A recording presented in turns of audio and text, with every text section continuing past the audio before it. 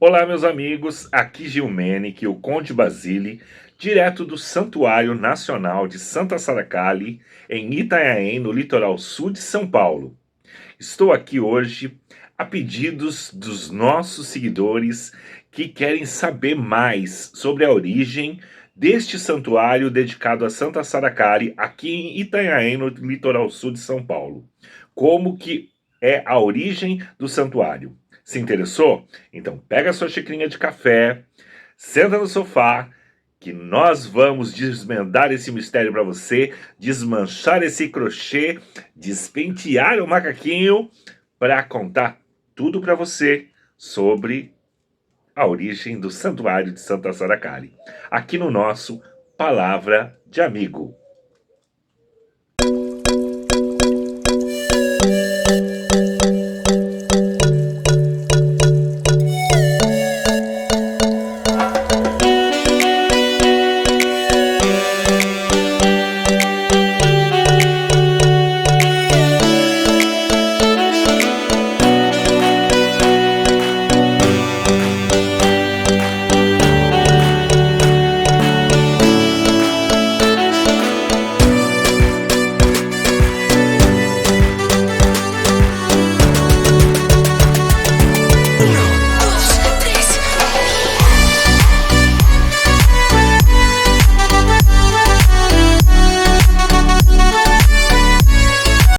Palavra de Amigo de hoje vem com esse tema e mais do que especial, que é uma pergunta constante que eu recebo no nosso canal Gilmene, o Conde Basile, aqui no YouTube e nas nossas redes sociais também com o mesmo nome. Se você não é inscrito ainda, se inscreva, deixa seu like, deixa seu comentário. É muito importante que você comente alguma coisa para que os nossos vídeos ganhem mais engajamento e ganhem mais seguidores e a nossa palavra de amigo chegue no coração de mais pessoas.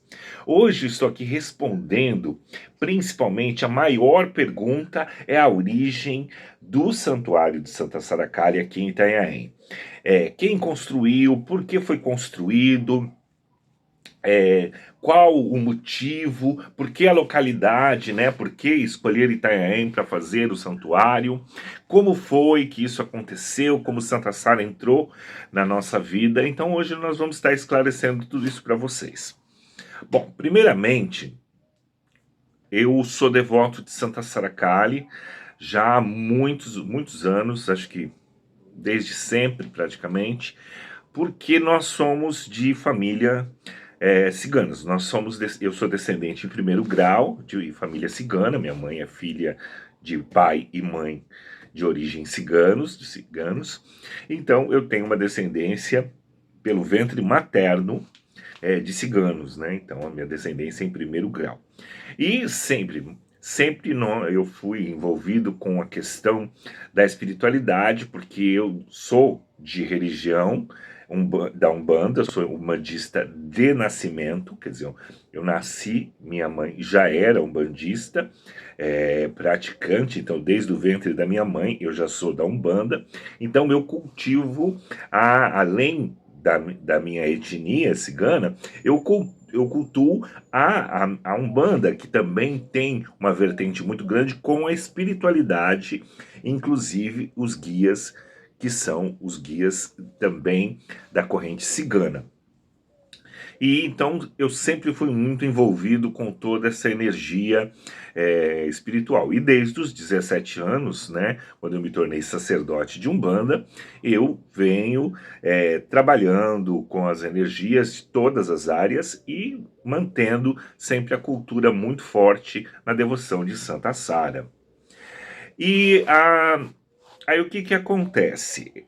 O santuário, ele veio de uma promessa. Há uns anos atrás, eu tive um descolamento de retina, né, no olho direito.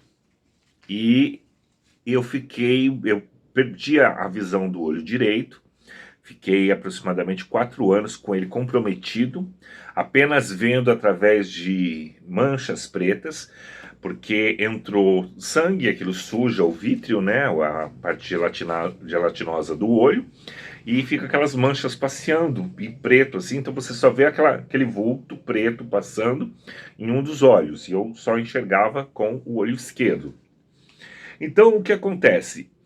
E eu fui a vários oftalmologistas, tratei em hospitais referência em, na parte ocular, e foi difícil para eles tentavam manter, estabilizar.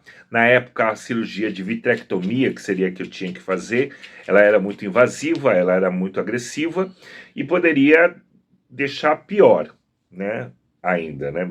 Se eu já não enxergava, podia esteticamente ficar com problemas ainda na questão estética, além da visão não estar funcionando.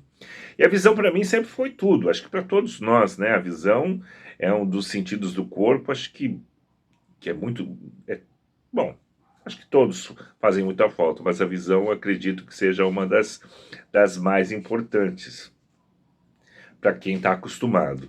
Então, eu desenho, eu sou artista plástico, eu sou escultor, então eu preciso muito, né, da visão. Eu costuro, eu faço milhões de coisas que utilizam a visão.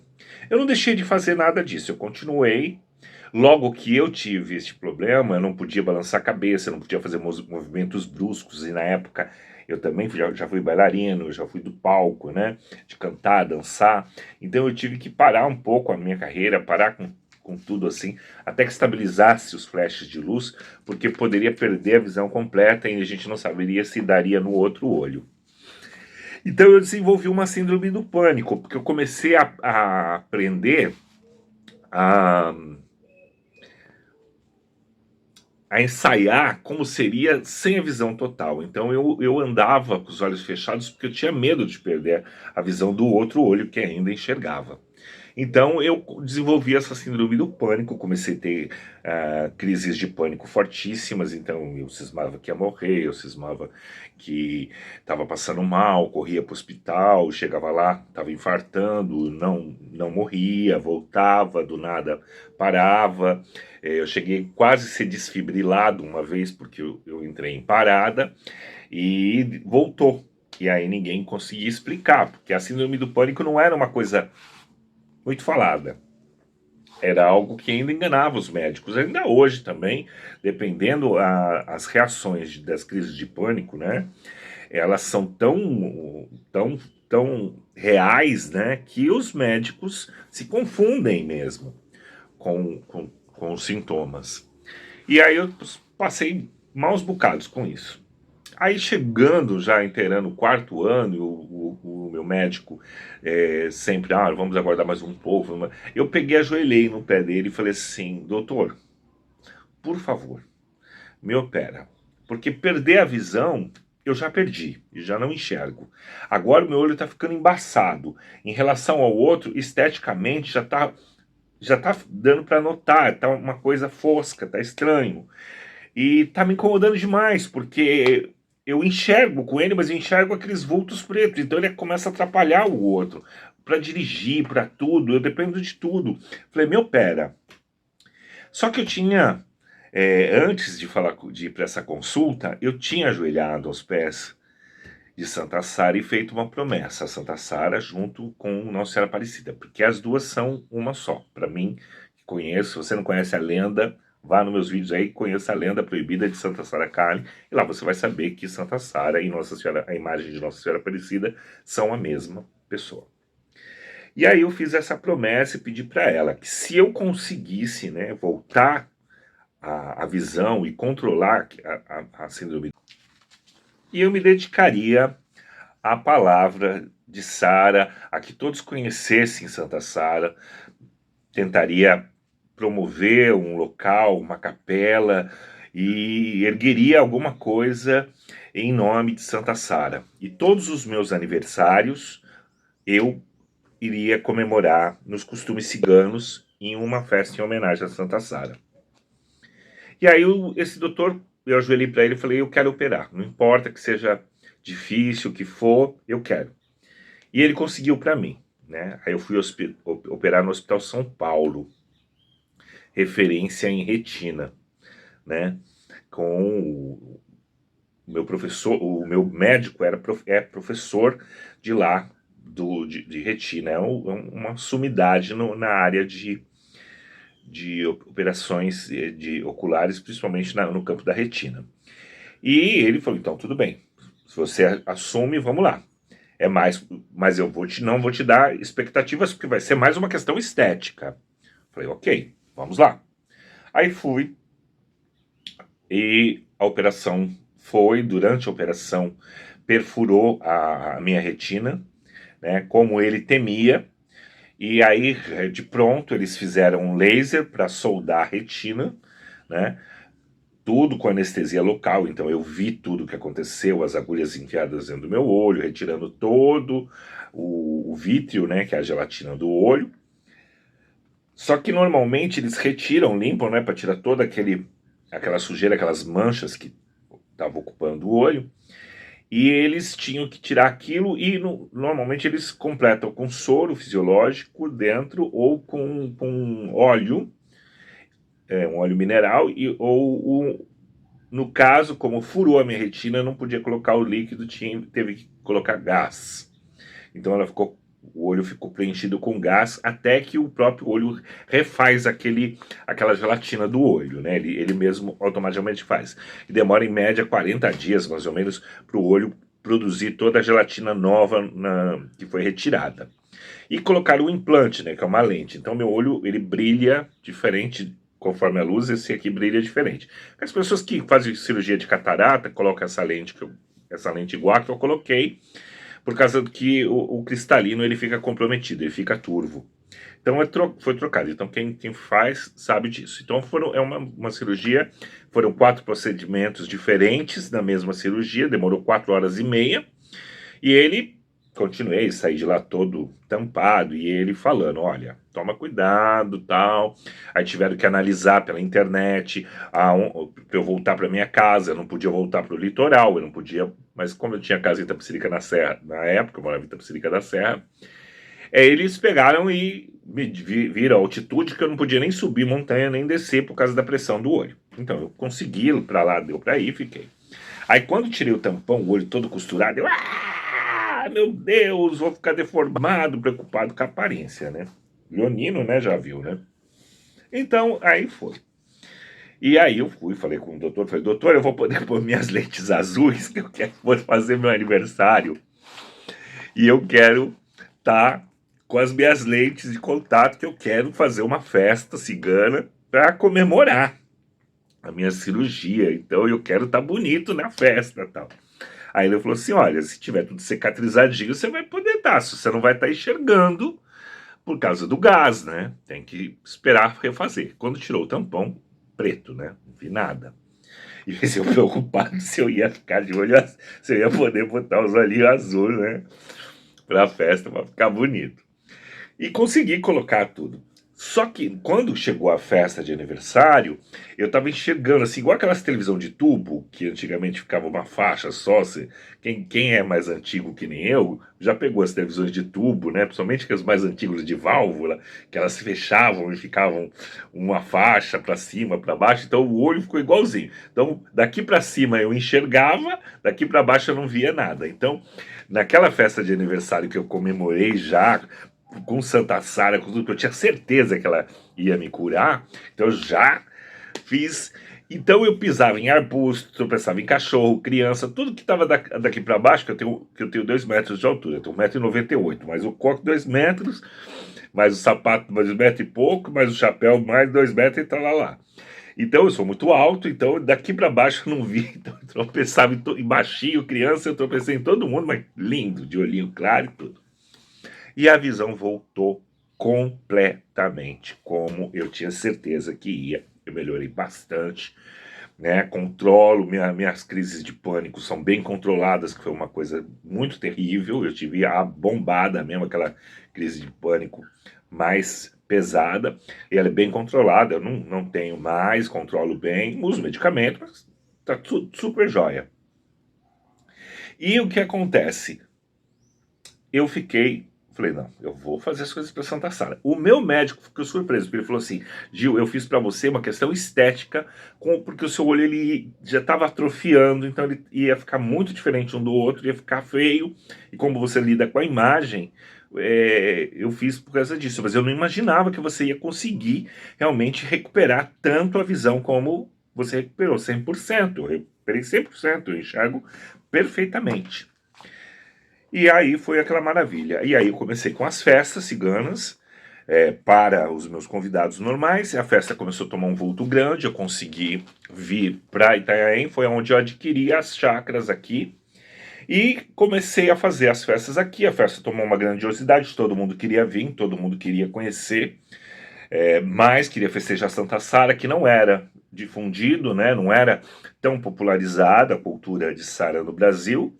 E aí começou a história, e aí foi que eu ergui a capela de Santa Sara, fiz depois a gruta, o monumento gigante, o local se tornou um lugar de peregrinação, recebi um papa da Igreja Católica Ortodoxa das Nações da França, que veio e trouxe uma relíquia, que é um pedaço do osso da santa, um fragmento do osso da santa, que está aqui, oficializou com todos os proclamas vindos da França, toda a autorização, toda a proclamação.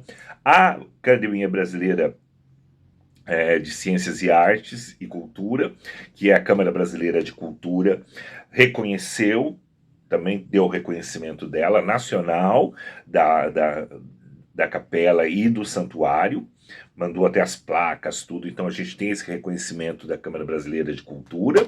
Nós temos também o reconhecimento da Igreja Católica Ortodoxa das Nações, do Patriarcado, né, da Igreja Católica Ortodoxa das Nações da França, com a presença dele pessoalmente aqui. Então todos esses vídeos estão no canal, estão aí, da canonização, onde foi feita a canonização oficial de Sara. Aqui no Brasil foi feita a canonização dela como santa, porque por incrível que pareça, Santa Sara ela não tem a canonização oficial da Igreja Romana. Ela entrou no culto das Virgens Negras em 1772, mas esse culto englobava todas as santas negras, e Sara ficou no meio, mas esse culto já foi abolido há muitos anos atrás, e ela não é uma santa integrada à Igreja Católica. Tanto é que ela está em Saint-Marie-de-la-Mer, na França, os restos mortais, mas está nas criptas, nas tumbas embaixo. Ela não ganhou um altar como Maria Jacobina, Maria Salomé, que também eram náufragas da história, e que estão lá, os restos mortais estão içados dentro da Catedral de São Michel. Eles ganharam o altar e os restos mortais estão lá no alto da igreja. Já Sara está nas tumbas, né, no subsolo, porque ela não é canonizada ainda. E por que é negligenciada essa história de Sara? Sara, ela é santa já há mais ou menos, porque ela é pouco depois da crucificação de Jesus, na sequência, como Maria Madalena, como todos os outros apóstolos se tornaram conhecidos e santos, Sara também é dessa época.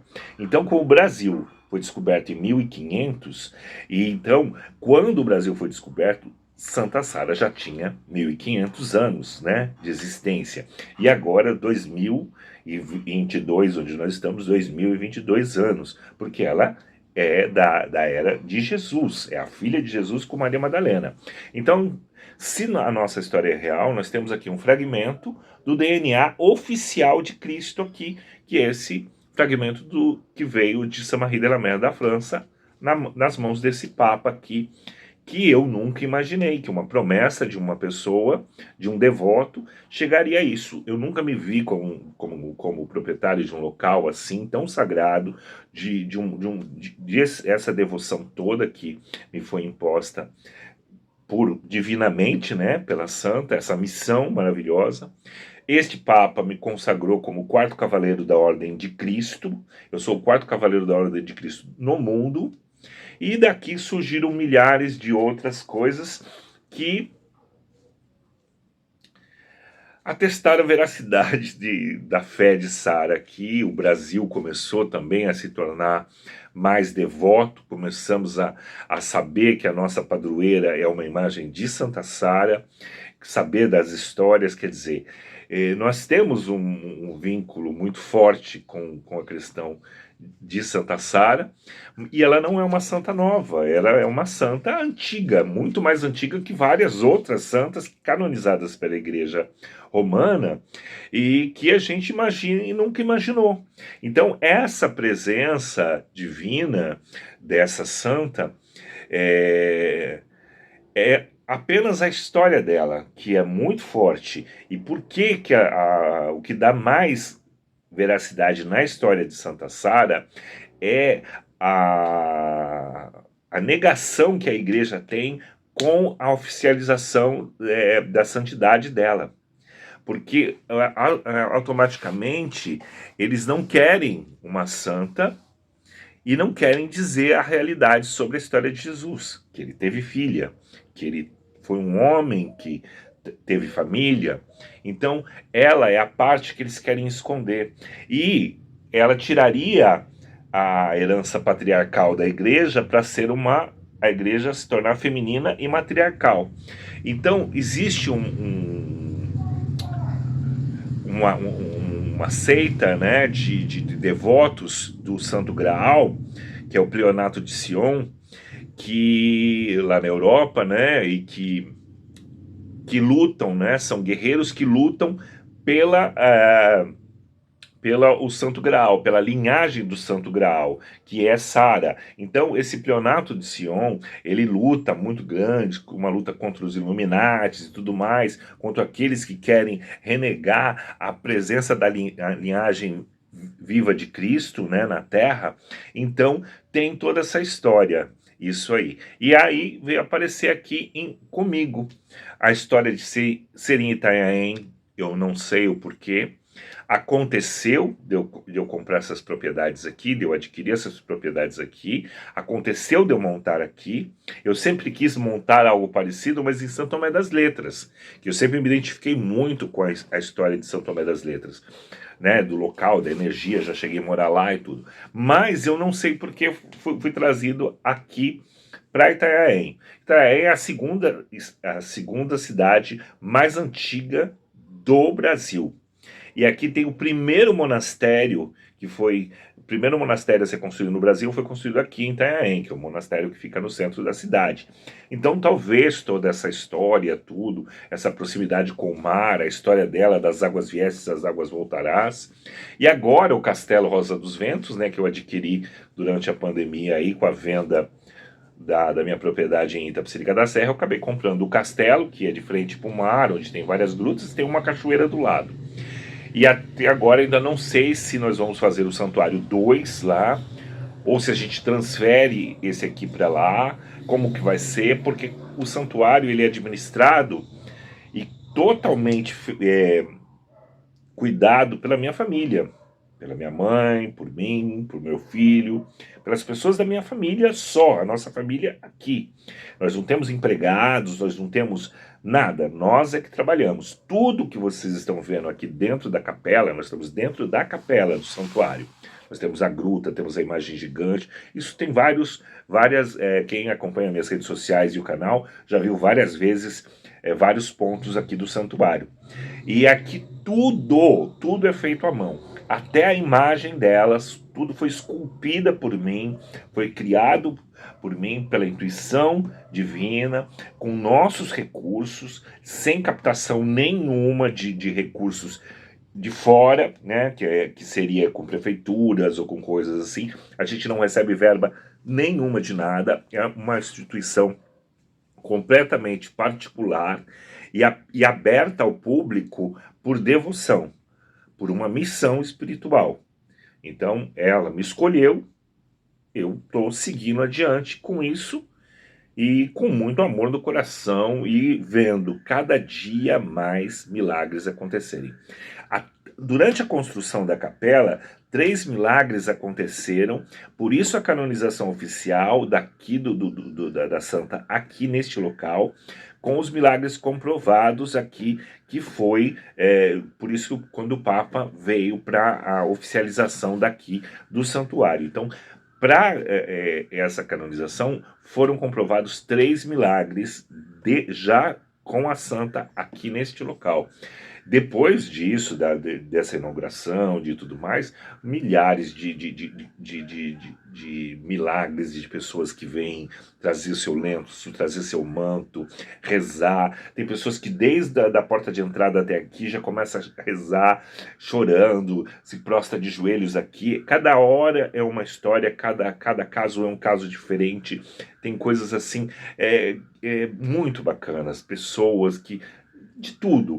Fora as pessoas também devotas aqui, que já partiram, que eram grandes colaboradores daqui e que foram embora durante a Covid, né?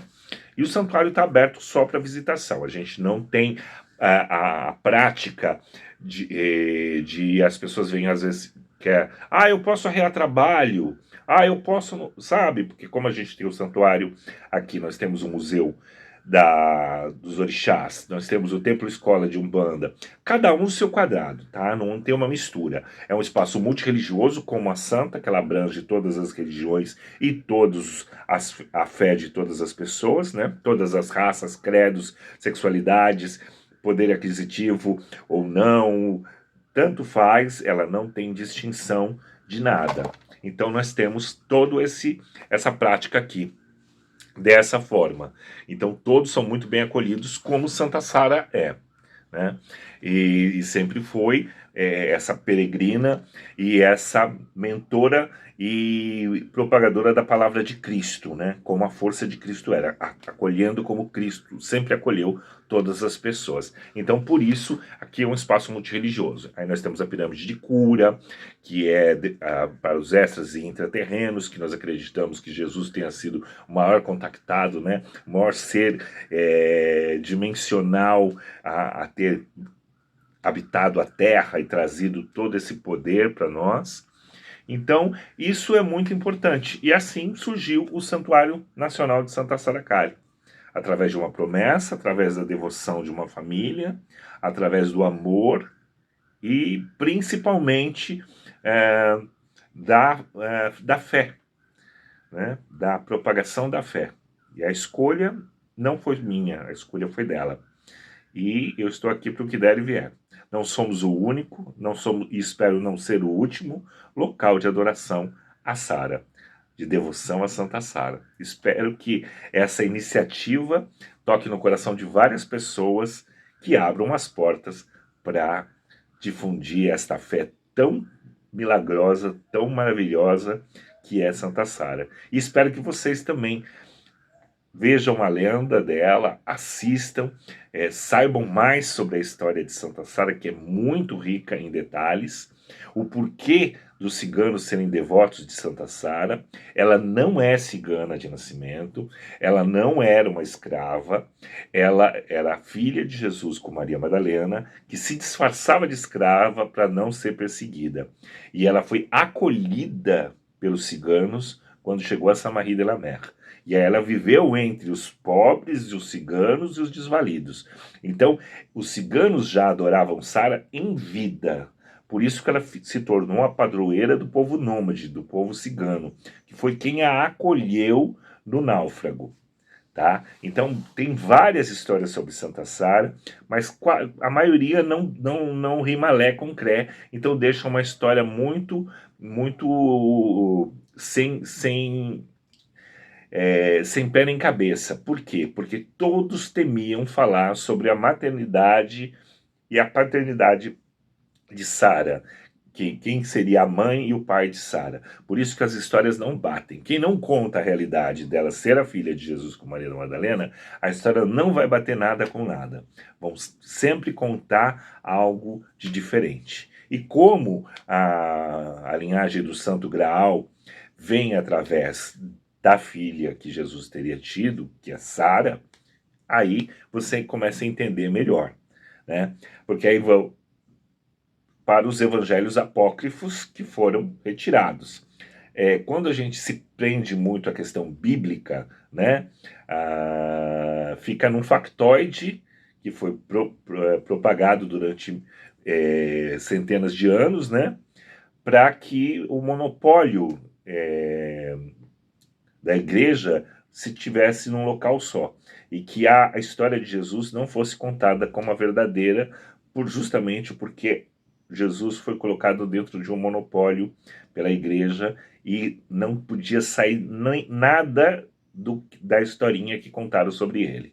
Então, tudo que viesse contra a historinha que eles montaram para ter o monopólio do poder da fé que as pessoas tinham em Jesus, eles simplesmente vão banir as pessoas, vão banir essas histórias, e muita gente já morreu, muita gente foi perseguida por estar falando sobre a linhagem do Santo Graal.